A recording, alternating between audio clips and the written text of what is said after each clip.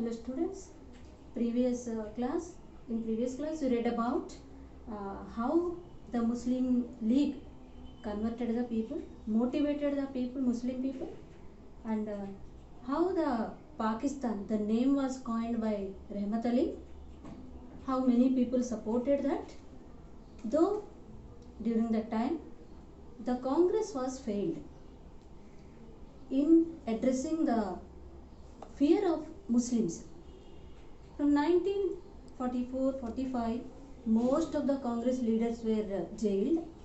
They were sent to prison, and that is the good time for the Muslim League to make a good frame and to make use of the time.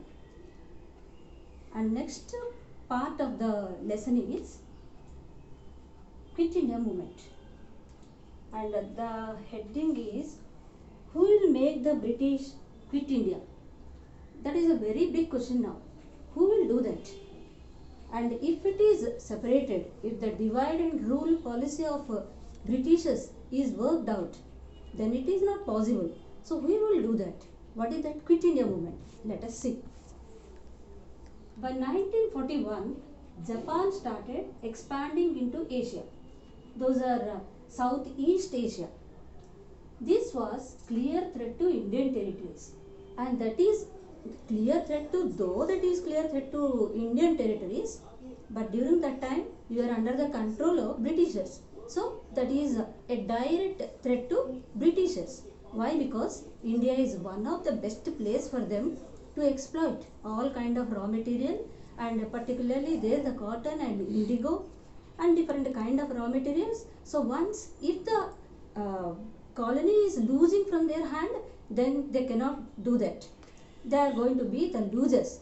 So it is a very big issue for them anyhow to tackle, anyhow to defeat the allied power Japan. In order to save its colony, British wanted Indians to support it against Japan. Again, the same old game played by Britishers with Indians. They came for a negotiation agreement, and they wanted Indians support again to face Japan, the allied country. To get the support, Churchill, the then Prime Minister of British, sent one of the minister who was called Sir Stafford Cripps to compromise with Congress, make an agreement. And this agreement was also called by the Britishers as August Offer. What they used to think that they were offering something to Indians, Congress. So they came to discuss with Congress and Gandhiji. But Gandhiji did not agree.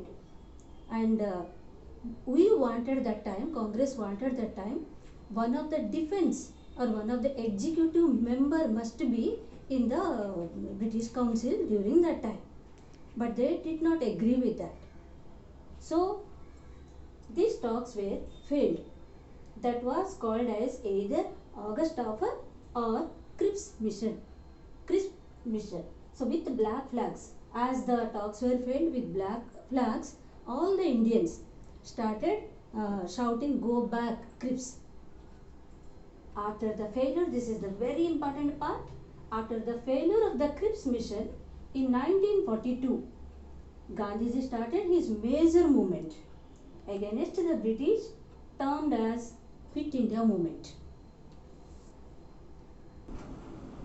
So immediate launching the Quit India Movement, Gandhiji decided very strongly, anyhow we have to get back our independence. Then he gave a slogan, "Do or die." For our country, we need to die. We need to sacrifice ourselves to get our freedom. Though Gandhiji, as during that time, the movement was very strong and many people joined in that, so the British imprisoned Gandhiji. Though Gandhiji was jailed, young activists carry forward the movement. The students, they left their colleges, they left their schools, and they joined in the war, and the main aim is anyhow to go to jail. Going jail is different of today's going jail and those days. Those days, even the young children, young students, they used to feel proud to go to jail for the motherland. So they sacrificed even their studies and very actively participated in Quit India movement, though Gandhiji was in jail. Socialist Congress activists like Jayaprakash Narayan, one of the famous personality during that time, were very active. In the absence of Gandhiji, he took the leadership and he led the people, even common people, common public also joined in the Quit India movement. Everyone is ready during that time to die for our country.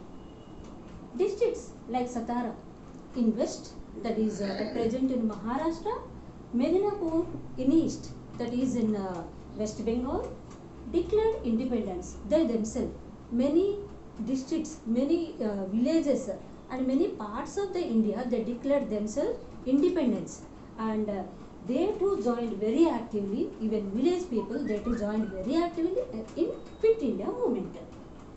In meanwhile, the CPI, that is the Communist Party of India, CPI party decided to join British.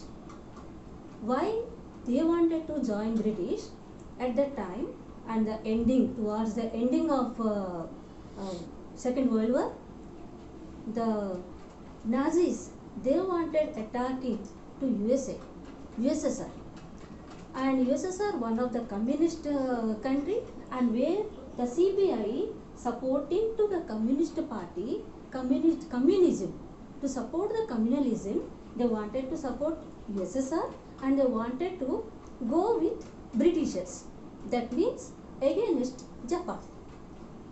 In meanwhile, on the other hand, Subhash Chandra Bose and INA, Indian National Army, founded by Subhash Chandra Bose. About Subhash Chandra Bose now, Subhash Chandra Bose was a highly qualified young man, and he might be the first IAS of India, but he sacrificed even his educational qualifications and certificates for the independence, and his aim is anyhow to get independence, not by the way followed by Gandhiji. He did not believe in non-violence. He never liked the non-violence method of Gandhiji. He wanted to do something different, as the British is very rude towards us, and he too wanted to tit for tat. He wanted to teach them a lesson. To throw the Britishers out the country, he decided to make the help of Japan and Germany. And those are allied countries. And British is towards the Axis country. He went by disguising himself to Germany, and he even met Hitler, and he asked the support to his INA, the group he founded, to wage a war against the Britishers. And that with that intention, he went to Japan and Germany, and during that time, towards the end of Second World War, in Malaya and Burma, the Indian Britishers, those who participated in the Second World War, and Japan and Germany in the Second World War, and actually eventually it was defeated in the war, and those Indian Britishers, those Indian group of people, those who waged war along with the Britishers, were present there. Those people were called as POWs, prisoners of war, POWs. So he went to Japan, and he negotiated with the Japan to support and make an army with the prisoners of war. Later on, even Indians also, many Indians, native Indians are also joined in the INA. He founded INA with POWs, prisoners of war, and fought with the British for 3 years. Continuously 3 years, the fighting was going on in between the British and INA with the support or Japan, and made by the army, with the help of this POWs. But Gandhiji did not agree with Subhash Chandra Bose's method. Later on, after the 3 years war, no doubt INA was defeated in the hands of British, but no one knows whether Subhash Chandra Bose was disappeared or whether he was dead. So that was a very big question mark now also. Many people believe that Subhash Chandra Bose was recently, there was a news that Subhash Chandra Bose was till now moving in disguising himself, and that is a very big question whether he is alive or really disappeared or got dead. Lastly, in this topic, in 1944, when the war was about to end, and already I have informed you that Gandhiji was imprisoned during the time of Quit India movement.